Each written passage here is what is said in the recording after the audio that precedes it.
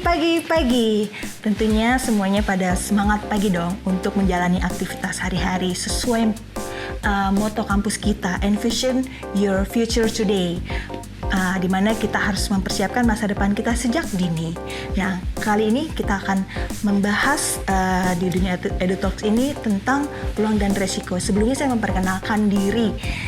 Saya Yuliana, mahasiswi Perbanas, dan di sini ada narasumber kita yang menarik dan oke sekali. Nah, hai Emily. Hai Ibu Yulia. Terima kasih sudah hadir di EduTalks kali ini. Terima kasih atas invitation-nya. Sama-sama. Dapat hadir di sini. Nah, di sini ada dosen dari perguruan tinggi di salah satu universitas. Hai, Ibu Nela. Halo, Mbak Yulia. Oke. Nah, sebelum kita membahas lebih dalam resiko dan peluangnya ChatGPT, saya akan mengupas tuntas dulu sedikit kutipan dari para ilmuwan kita, yaitu dari Baido Anu dan Uwu Anas. Apa sih itu ChatGPT? ChatGPT itu sejak diluncurkannya pada November 2022, ChatGPT ini telah resmi bersaing menjadi alat yang berguna dalam konteks dunia pendidikan. Salah satunya yang berguna untuk mahasiswa dan tenaga pengajar, guru-guru serta dosen-dosen dalam menawarkan kritik yang membangun pada pekerjaan-pekerjaan mereka. Nah, kita langsung sapa aja nih, ada narasumber kita yang pertama, ada Mbak Emily, mahasiswi Perbanas. Hai Mbak Emily. Halo Ibu Yulia. Apa kabar? Kabar yang baik. Luar biasa ya. Nah, kita langsung aja, Mbak Emily, apakah pernah nih menggunakan ChatGPT dalam mengerjakan tugas-tugasnya?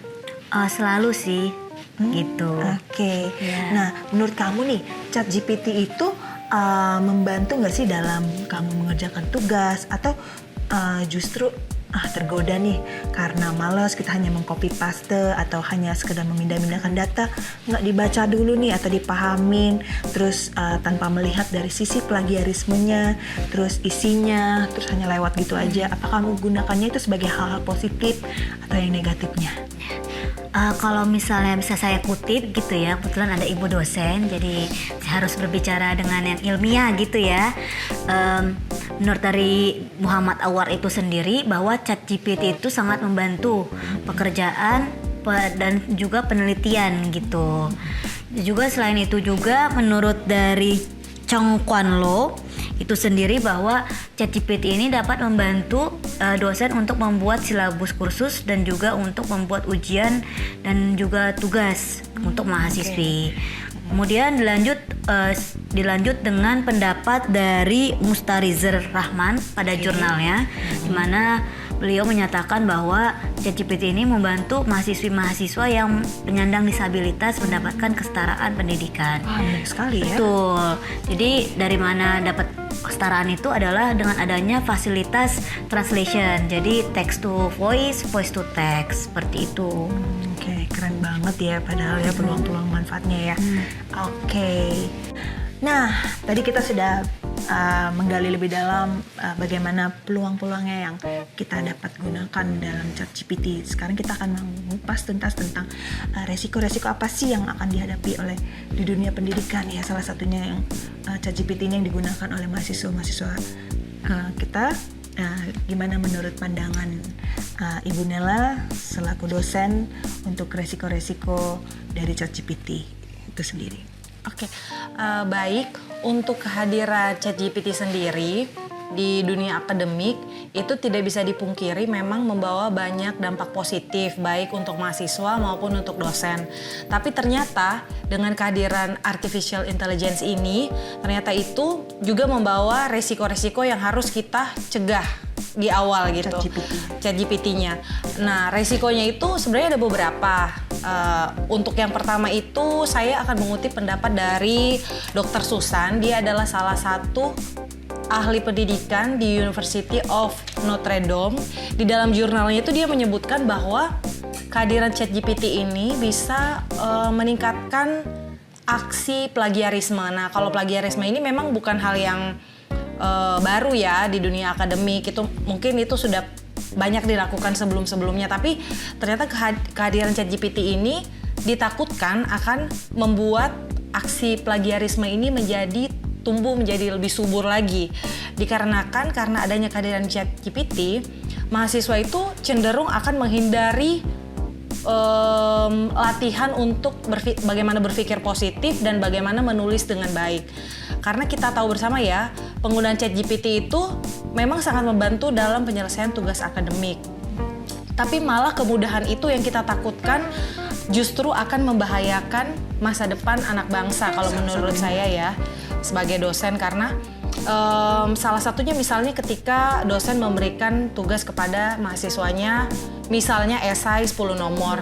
Nah, esai 10 nomor tersebut ketika filenya diupload di ChatGPT itu dalam hitungan detik bisa terselesaikan tanpa mahasiswa tersebut harus membaca kembali materi yang dibagikan oleh dosen di kelas, seperti itu. Jadi menurut saya ini sangat berbahaya ya untuk kedepannya. Nah, kemudian yang kedua itu resiko kehadiran ChatGPT ini itu adalah misleading atau informasi yang belum tentu kevalitannya.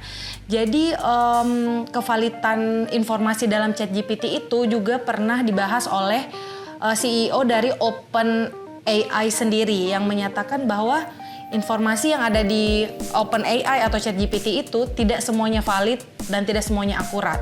Dan itu yang mungkin belum diketahui oleh seluruh mahasiswa ya, khususnya di Indonesia. Bahwa ternyata ketika mereka mengerjakan tugas melalui ChatGPT, informasi yang didapat itu harusnya direview kembali dan dicari tahu lagi kebenarannya. Karena itu belum tentu benar gitu. Sayang banget ya. Sayang banget itu bisa membuat mahasiswa itu berinterpretasi salah terhadap suatu informasi gitu. Nah, kemudian yang ketiga itu saya mengutip pendapat dari Dr. Ethan. Dr. Ethan itu adalah salah satu dosen dari University of Pennsylvania. Itu di dalam jurnalnya dia menyebutkan bahwa kehadiran ChatGPT ini bisa menjadi salah satu ancaman di dalam sistem penilaian di perguruan tinggi. Jadi ancamannya itu adalah kita tahu bahwa sistem penilaian yang diterapkan di Indonesia misalnya yang selama ini berjalan seperti ini. Tapi ketika ada ChatGPT, si Dr. Ethan ini menyatakan bahwa perguruan tinggi itu harus melakukan evaluasi kembali terhadap sistem penilaian yang sudah ada.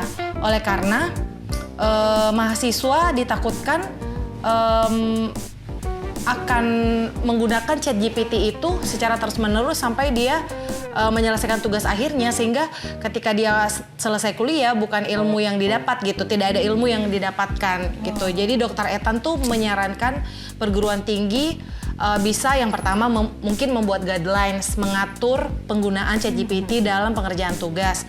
Kemudian yang kedua, dia juga menyarankan agar perguruan tinggi kalau bisa membuat tools yang bisa mendeteksi plagiarisme yang dilakukan oleh mahasiswa.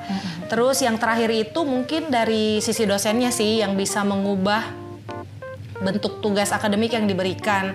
Misalnya yang selama ini tugasnya itu berbentuk esai atau berbentuk laporan yang dimana penyelesaiannya itu sangat bisa dilakukan lewat ChatGPT, itu mungkin bisa diubah menjadi tugas yang terstruktur atau proyek yang berkelanjutan ataupun